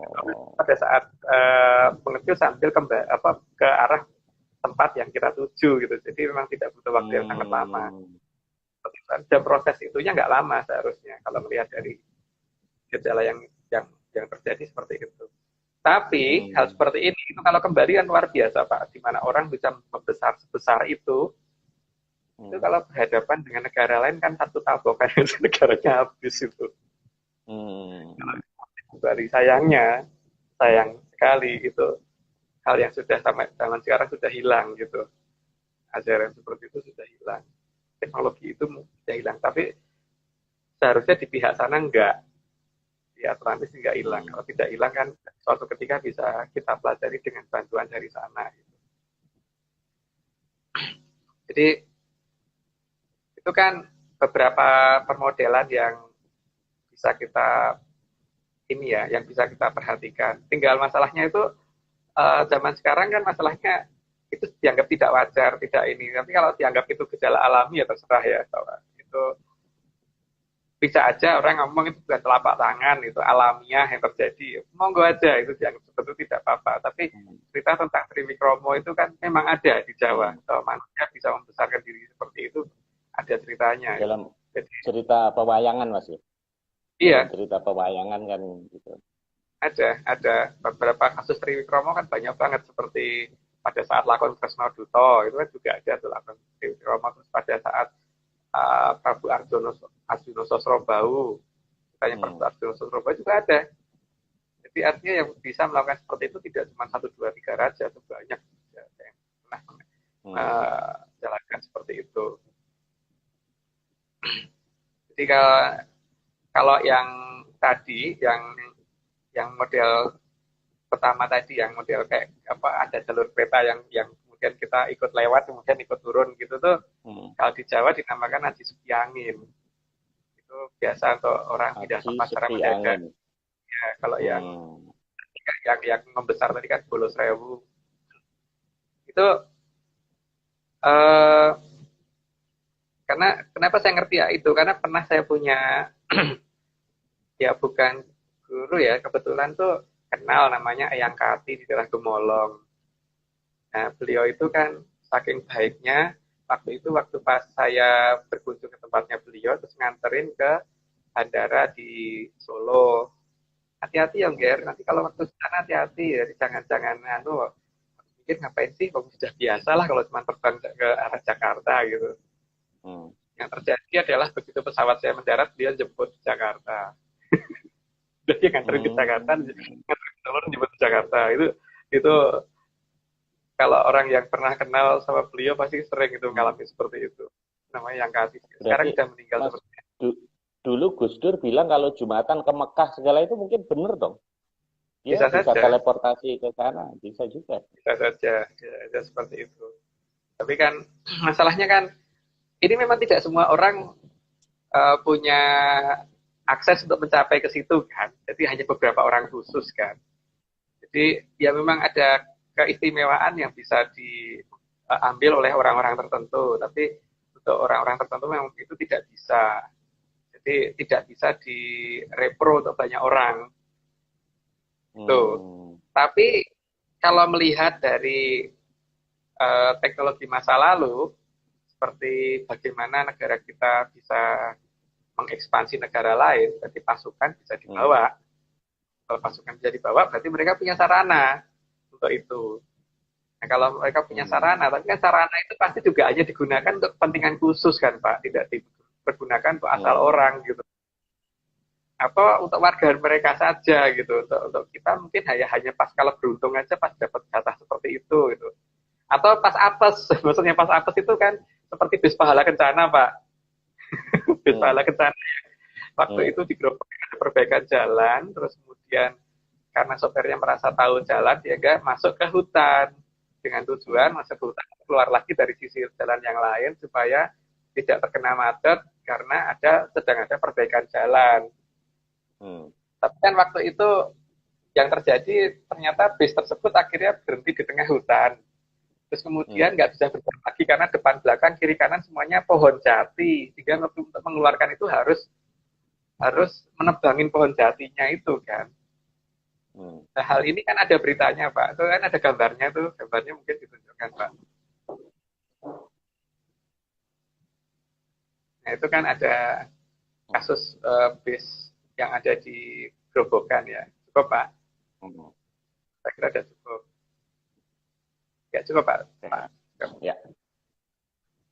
Jadi kan itu kan semuanya gejala. Cuman gejala itu ada yang menguntungkan dan yang tidak menguntungkan gitu. Yang tidak menguntungkan adalah kalau kita terpindahkan ke suatu tempat yang tidak kita inginkan. Seperti tadi bis masuk ke suatu wilayah yang akhirnya tidak bisa bergerak. Kan itu aneh. Bagaimana dia bisa masuk ke tengah hutan seperti itu yang depan belakang kanan kirinya hutan jati gitu. Itu kan kayak diambil ditaruh di situ gitu. Sehingga keluarnya aja harus motongin pohon gitu. Tapi kadang-kadang kita diuntungkan. Diuntungkannya misalkan seperti yang pernah saya alami gitu, masuk tol nggak perlu bayar tol. Tahu-tahu udah keluar, bukan kita yang melanggar aturan, ya. Bukan kita yang mau kok. Kita juga terkejut gitu. Pas kemacetan tiba-tiba kita hubungan teleportasi dengan area 36 ini apa, Mas? Area 36 itu kan dibatasi dengan dengan garis batas. Garis batas ini tidak boleh kita masukin, sehingga kalau ada orang masuk ke sini sebelum melihat garis batas sudah dipindah ke tempat lain yang jaraknya 400 km paling tidak, Pak. Gitu. Jadi teleportasi digunakan untuk mengamankan wilayah mereka dari kita. Gitu. Itu hubungannya dengan area 36. Tadi kalau nggak salah ada yang sempat nanya bagaimana bisa membedakan orang Atlantis dan bukan Atlantis gitu ya.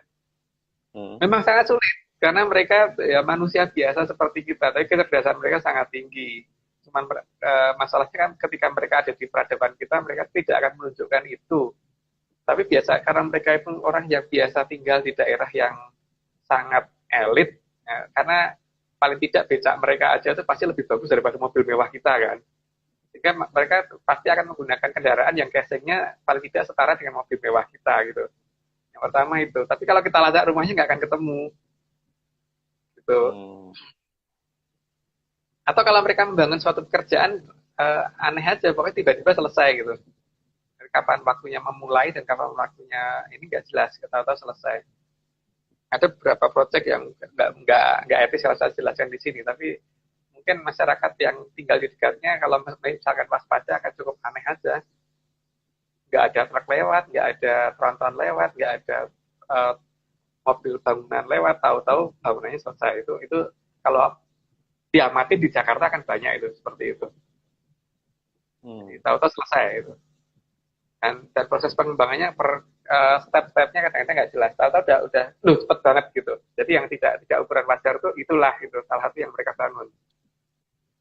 Dan mereka mempersiapkan untuk tempat-tempat mereka sendiri. Jadi dalam mengawasi kita, mereka butuh tempat kan Pak di tempat kita. Itu mereka makanya menggunakan seperti itu.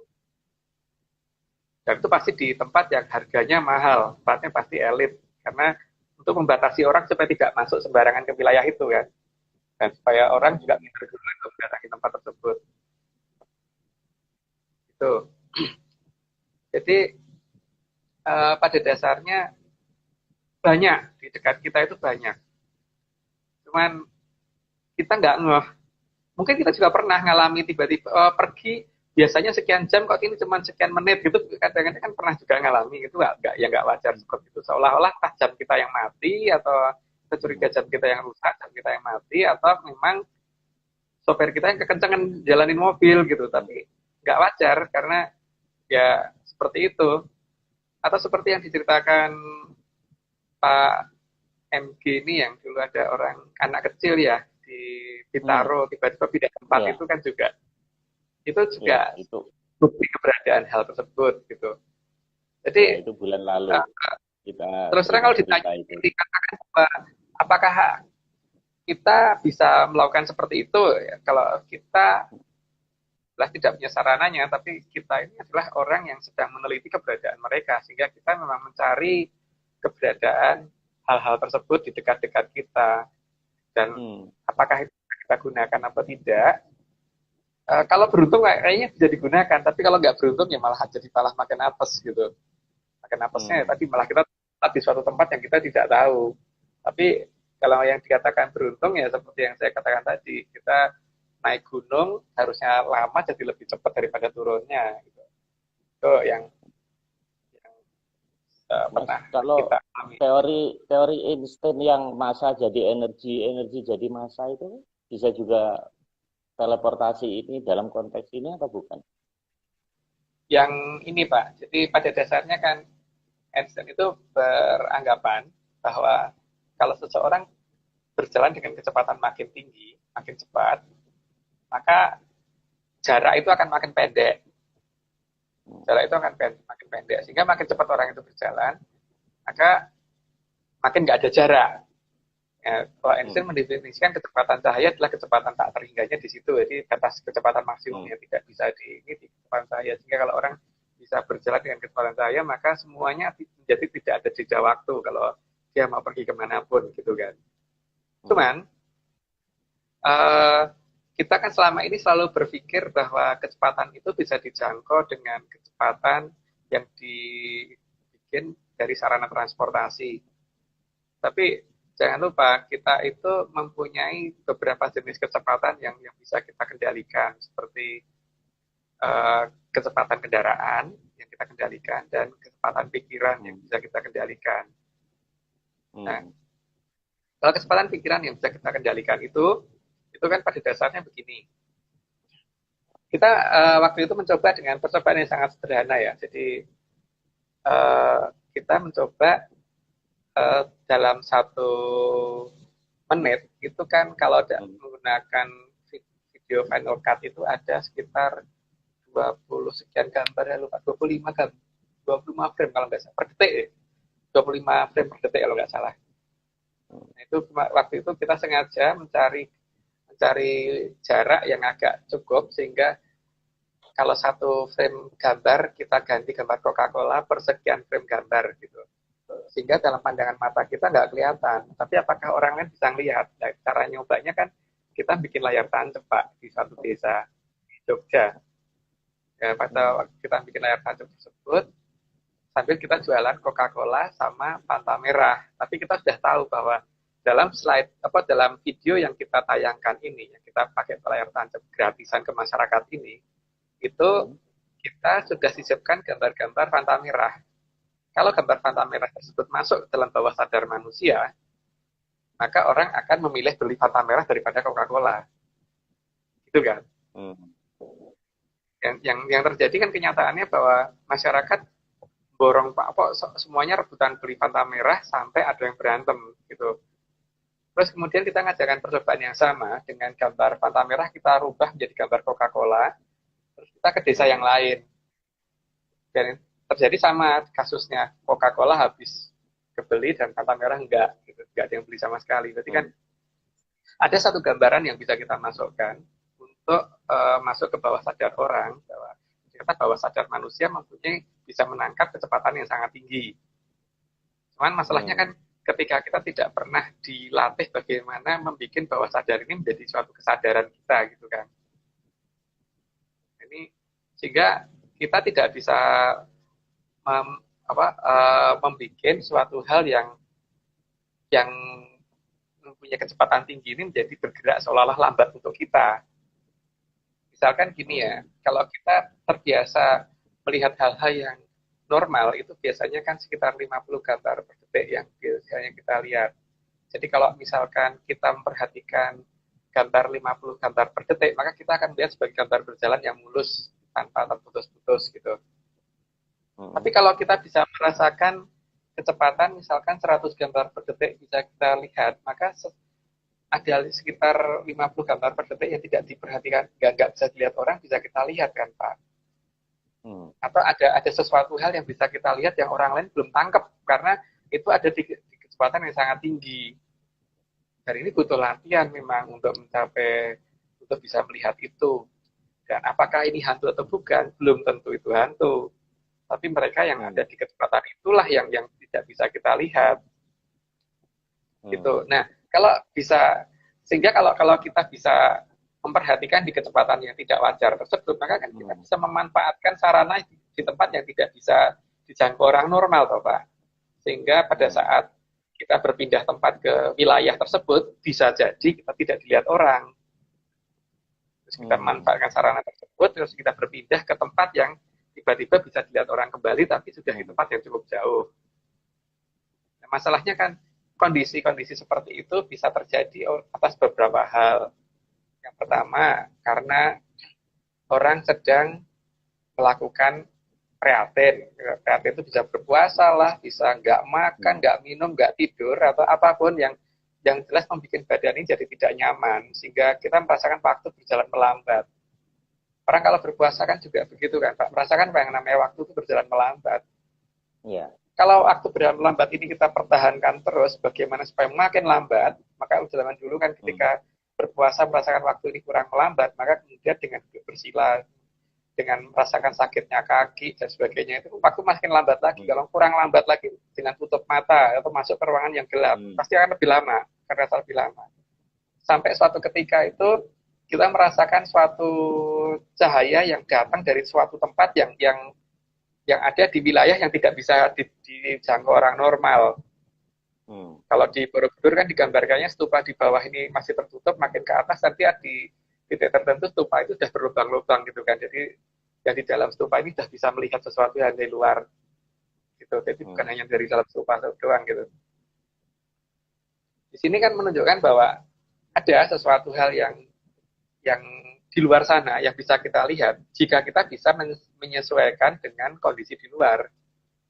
Tapi kalau kita tidak bisa menyesuaikan dengan kondisi di luar, ya tidak bisa kita ini. Ya seperti halnya kita kan kalau pengen melihat pakai mata, Pak, bukan pakai telinga gitu kan. Tapi kalau pengen mendengar pakai telinga, jangan pakai mata gitu. Nah, ini ada indera khusus yang tidak pernah kita manfaatkan untuk mencapai ke tataran kecepatan yang seperti itu gitu.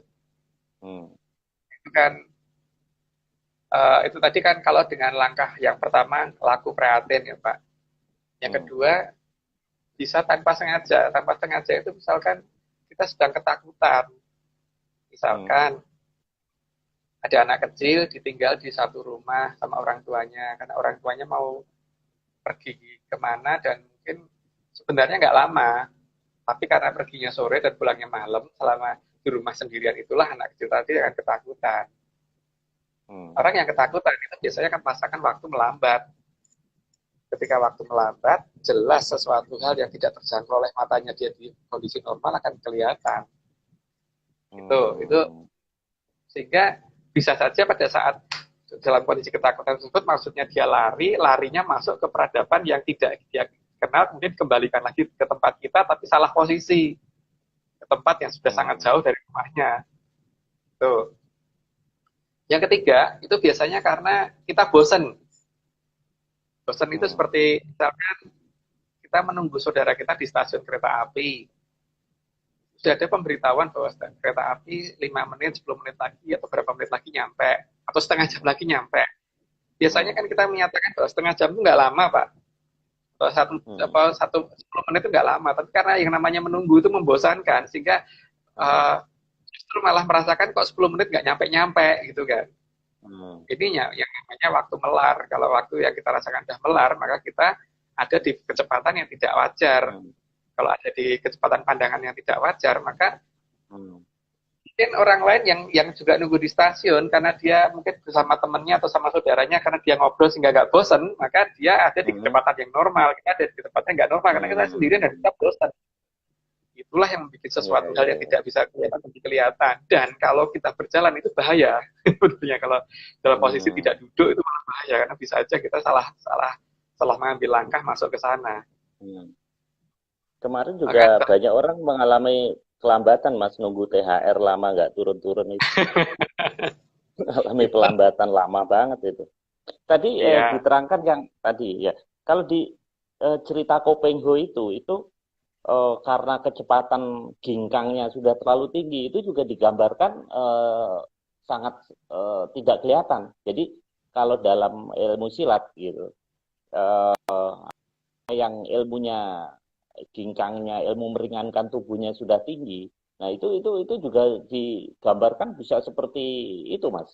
Dia juga ada di mana-mana gitu. Bahkan apa namanya orang lari pun didahuluin lagi gitu. Tapi itu diperlukan energi juga gitu. Jadi di samping ginkang itu harus punya singkang.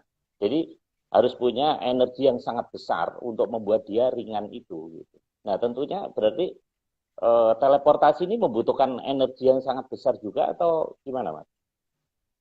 Jadi kan ada dua metode kan yang paling utama bahwa dilakukan berdasarkan kondisi fisik kita, yang seperti yang tadi yang saya katakan bahwa ini dilakukan karena kita membuat sesuatu hal yang tidak nyaman terhadap diri kita supaya kita bisa menjangkau sesuatu hal yang tidak wajar di kecepatan yang sangat tinggi yang tidak bisa dijangkau orang.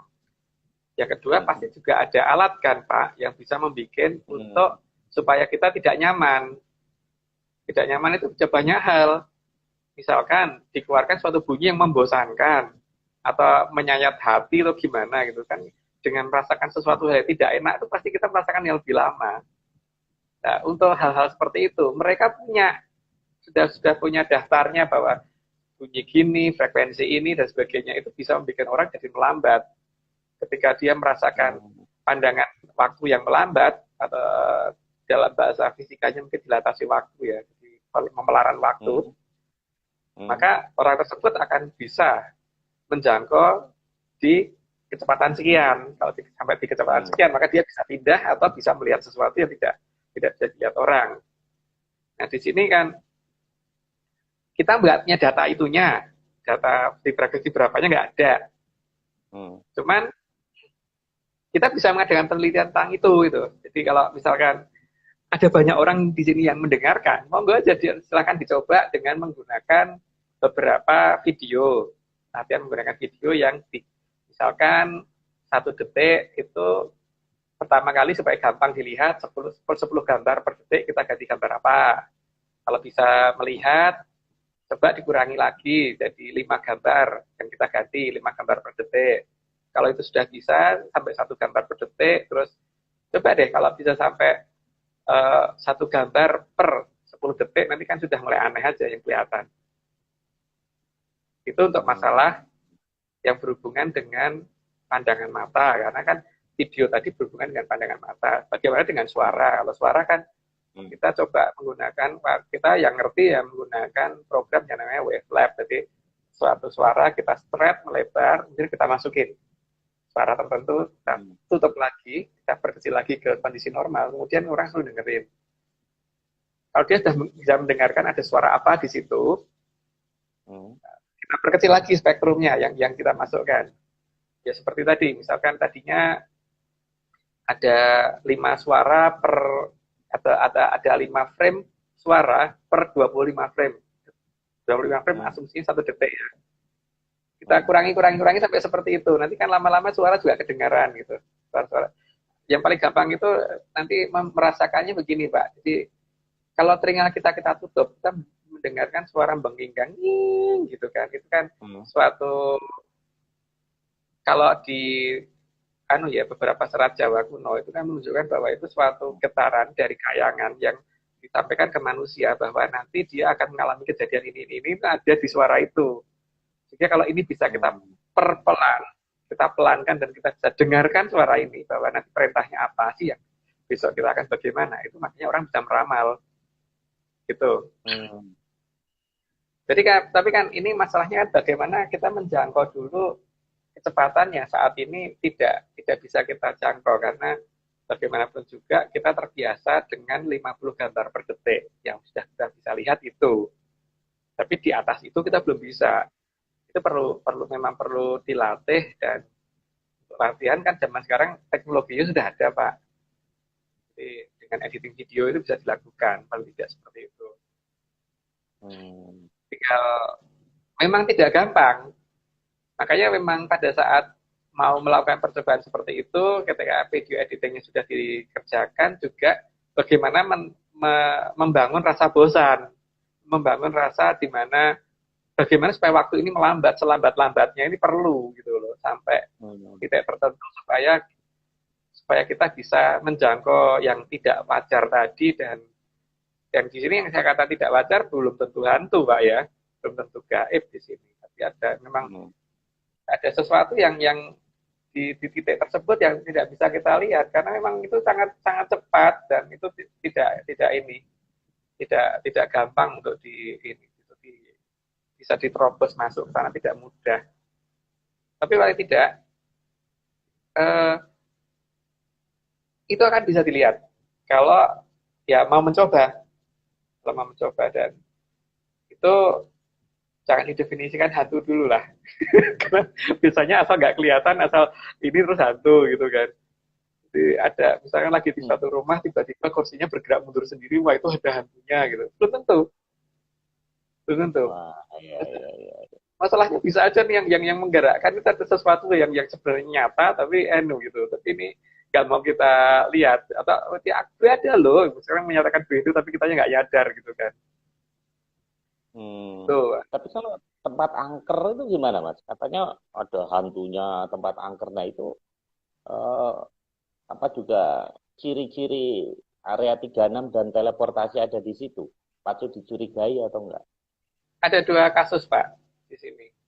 Kasus yang pertama adalah kita lihat daerahnya dibatasi oleh apa.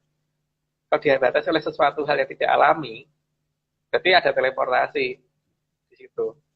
Tapi kalau dibatasi oleh sesuatu hal yang alami, itu memang benar-benar tempat-tempat yang berhubungan dengan kalau di Jawa dinamakan Ariloko. Ariloko tempat bangsa Kajiman ya.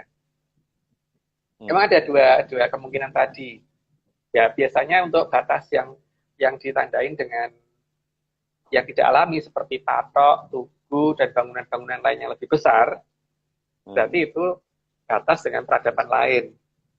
Tapi kalau dibatasinya dengan pohon besar, pohon beringin, dewodaru dan yang lain-lain, berarti itu perbatasan dengan Ariloko, Pak. Memang bukan bangsa manusia kalau yang ini. Tapi nenek moyang kita tahu persis, maka di sini ada batas-batas itu ada. Jadi ada yang dibatasi dengan berupa kolam. Nah, kalau kolam itu ada ikannya, jadi ini adalah batas antara 2 peradaban langsung. Nanti ada batas ke sana yang ke Ariloko sama ke peradaban manusia juga, tapi yang lebih tinggi ada di situ. Tapi kalau misalkan cuma tugu doang gitu, tugu kan nggak alami, berarti ini pasti perbatasan dengan peradaban yang maju, yang tidak bisa kita lihat. Tapi kalau pohon beringin, Pak, itu memang bukan manusia, batas kita dengan bukan manusia ada di sana. Jadi kita harus bedakan itu ya. Jadi ada itu semua ada di serat kuno sih sebenarnya. Tapi masalahnya kan mungkin serat tersebut mungkin kalau tidak terbaca oleh orang banyak dan mungkin nggak tahu artinya karena juga bahasa serta cara penulisannya bukan menggunakan bahasa sekarang kan. Hurufnya juga bukan huruf-huruf yang kita kenal gitu. Jadi ya mungkin tidak teramati. Ini sebenarnya menarik ya kalau kita bilang leluhur kita itu yang terlintas di anak-anak sekarang apalagi itu selalu kuno, yang nggak modern, yang ketinggalan zaman, yang jauh dari teknologi. Tapi kalau dari penjelasan ini sebenarnya leluhur kita, wayang, apalagi dalam wayang banyak bercerita tentang dunia aneh-aneh gitu. Ternyata leluhur kita justru ini ya mengenal katakanlah Atlantis itu masa lalu ya. Jadi tidak seperti yang kita kira gitu bahwa nenek moyang kita itu sangat bodoh kayak gitu. Gimana itu Mas Adi? Jelas tidak, Pak. Minimal gini ya. Kalau nenek moyang kita sangat bodoh, berarti nenek moyang kita tidak pernah ngerti luar wilayah kita. Tapi ternyata kita punya tuh nama Yunani gitu. Kenal nama Yunani, padahal negara lain nyebutnya Greece dan sebagainya kan. Kita kenal negara namanya Mesir. Memang di sana namanya Mesir, bukan kan Egypt di sana, Pak. Artinya minimal pernah ada nenek moyang kita sampai sana gitu. Sehingga kita bisa menamakan pakai bahasa kita sendiri gitu. Karena di dalam perbendaharaan Sanskerta juga ada nama Antareksa, Pak. Dan juga ada penjelasan tentang beberapa hal yang di luar sana, di luar angkasa, tentang Triloko Buwono, sedangkan Voyager itu baru di langit Sab 1 yang warnanya gelap. Di luar itu masih belum. Dan penjelasan ini kan nggak ada di teknologi zaman sekarang malahan. Terus nenek moyang kita sampai sekarang di negara kita itu di turun-temurun ini kita bicaranya apa-apa present, Pak. Artinya masa lalu, masa sekarang, dan masa depan itu present. Dan orang nggak sadar bahwa bagaimana menggabungkan masa lalu dan masa sekarang, karena peradaban itu sudah dihilangkan. Atau hilang, nggak tahu ya, dihilangkan atau hilang. Tapi Amerika sedang mencoba mempelajari itu, bahwa masa lalu dan masa sekarang itu berhubungan. Salah satu bukti masa lalu dan masa sekarang berhubungan itu kan, kalau kita melihat bintang di langit, Pak. Misalkan bintang di langit itu jaraknya 6 juta tahun cahaya. Berarti kan cahaya itu berjalan terus satu detik butuh satu detik itu 300.000 kilometer. 300.000 kilometer. Kalau 6 juta tahun cahaya itu berarti kan itu bintang 6 juta tahun yang lalu baru kelihatan sekarang. Nah, sekarang kita nggak tahu apakah bintang itu masih di sana, sudah meledak atau sudah pindah tempat, kita nggak tahu. Tapi yang jelas 6 juta tahun yang lalu baru kelihatan sekarang gitu. Atau mungkin 650.000 tahun yang lalu baru kelihatan sekarang kan juga ada. Yang sekian 100 tahun yang lalu bergantung sekarang juga ada. Tergantung dari jarak antara kita dengan yang tersebut. Tapi artinya yang kita lihat di depan kita itu masa lalu. Bahkan cahaya matahari ke kita aja kan terlambatnya kalau nggak salah 8 menit itu. Artinya matahari yang kita lihat itu 8 menit yang lalu, bukan sekarang. Artinya kita sudah diajarkan bagaimana melihat masa lalu itu ada di masa sekarang gitu. Makanya kalau nenek moyang kita bisa sampai meramal seperti itu, buktinya bahwa kita bisa mempresentkan masa depan, itu adalah adanya ramalan Joyoboyo kan Pak. Ada ramalan Ronggo Warsito, itu berarti kan dia mempresentkan masa lalu Pak. Masa depan, mempresentkan masa depan kan itu. Jadi kita memang benar nenek moyang kita bicara selalu menggunakan, kita ada di bangsa yang masa lalu, masa sekarang, dan masa depan itu ada di masa, bisa dilihat di masa sekarang. Makanya memang kita tidak seperti orang Eropa yang ngomongnya dibatasi dengan waktu masa lalu, masa sekarang, dan masa depan gitu. Jadi di sini makin jelas bahwa siapa yang lebih maju malah kelihatan. Seharusnya kita bangga punya nenek moyang yang cukup maju. Cuman seharusnya kita cari, Pak. Memang apakah sejarah kita sebenarnya seperti itu atau tidak gitu.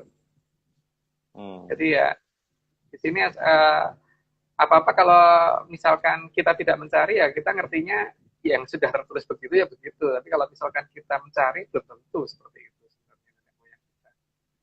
Nah, kalau nenek moyang kita naik kuda Pak dari misalkan nggak usah jauh-jauh ya dari Bandung menuju ke Rawulan aja itu butuh waktu berapa minggu. Kalau kondisi masih hutan lebat belum ada jalan dan sebagainya. Kalau dianggap misalkan 2 minggu, jadi PP itu 4 minggu Pak. 4 minggu PP, itu berarti dia, kalau 4 minggu itu 28 hari, masa iya Adipati memerintah di keratonnya cuma, berapa itu, 35, kurang 28, 7 hari, waktu yang lainnya habis di jalan, mundar-mandir gitu. Belum di sana, karena ada di beberapa aturan di Serat Lama kan tiap adipati itu harus wajib menghadap ke pusat kerajaan tiap 35 hari. Ya. Itu ada, itu baru yang di Pulau Jawa, belum yang di Sumatera. Belum waktu pas pusat kerajaan tidak di Jawa. Harus naik kapal, yang kapalnya belum tentu arah anginnya searah. 35 hari sekali belum tentu arah angin searah. Tapi pasti bukan naik kapal, pasti bukan naik kuda, pasti ada sarana lain yang tidak kita kenal, Pak. Kan? Atau zaman dulu sudah ada internet begini Mas, ada IG Live juga. Teknologinya udah tinggi. Bisa dilihat itu di Borobudur ada reliefnya. Ada orang pegang kayak gadget gitu. Cuman sayangnya di eksternal saya kan lagi error Pak. Tapi mungkin suatu ketika pas kita ke Borobudur bisa kita foto ulang sih. Gitu. Ada, kalau gambaran-gambaran seperti itu ada. Jadi asal kita mau nyari kan Pak, yang penting itu kan. Asal kita mau nyari dan kita jangan percaya dulu. Misalkan ini ceritanya begini-begini, jangan foto dulu satu-satu terus kita analisis. Setelah sampai rumah kita analisis gitu. Jadi saat ini kan beberapa cerita diceritakan seperti itu, seperti ini. Ya pokoknya kita cari dulu. Seperti halnya kita. Kalau teknik menganalisis nih, Mas Agung, misalnya kita foto, kita analisis sambil kita melambatkan waktu gitu, gimana? Itu juga ada message nggak di objek yang kita teliti itu? Ya pasti, Pak. Karena mereka juga pengennya kan kita mengenali hal tersebut. Ini kurang berapa menit? 1 menit, Mas. Closing saja, Mas. Ya, ini memang tidak cukup ini, teleportasi. Ya. Kita saya close pikir, aja yang part 1. monggo Pak MG yang Ya, closing aja. oke. Ini tema menarik ya. Sebetulnya ini tema luar biasa. Ternyata ini Atlantis ini nyambernya kemana-mana. Budaya, leluhur, bahasa, bahkan sejarah pun bisa tidak seperti yang kita kira. Nah, ini perlu kajian dan ini satu apa namanya ilmu bagi kita. Semoga nanti bermanfaat bagi kita semua. Sekian. Terima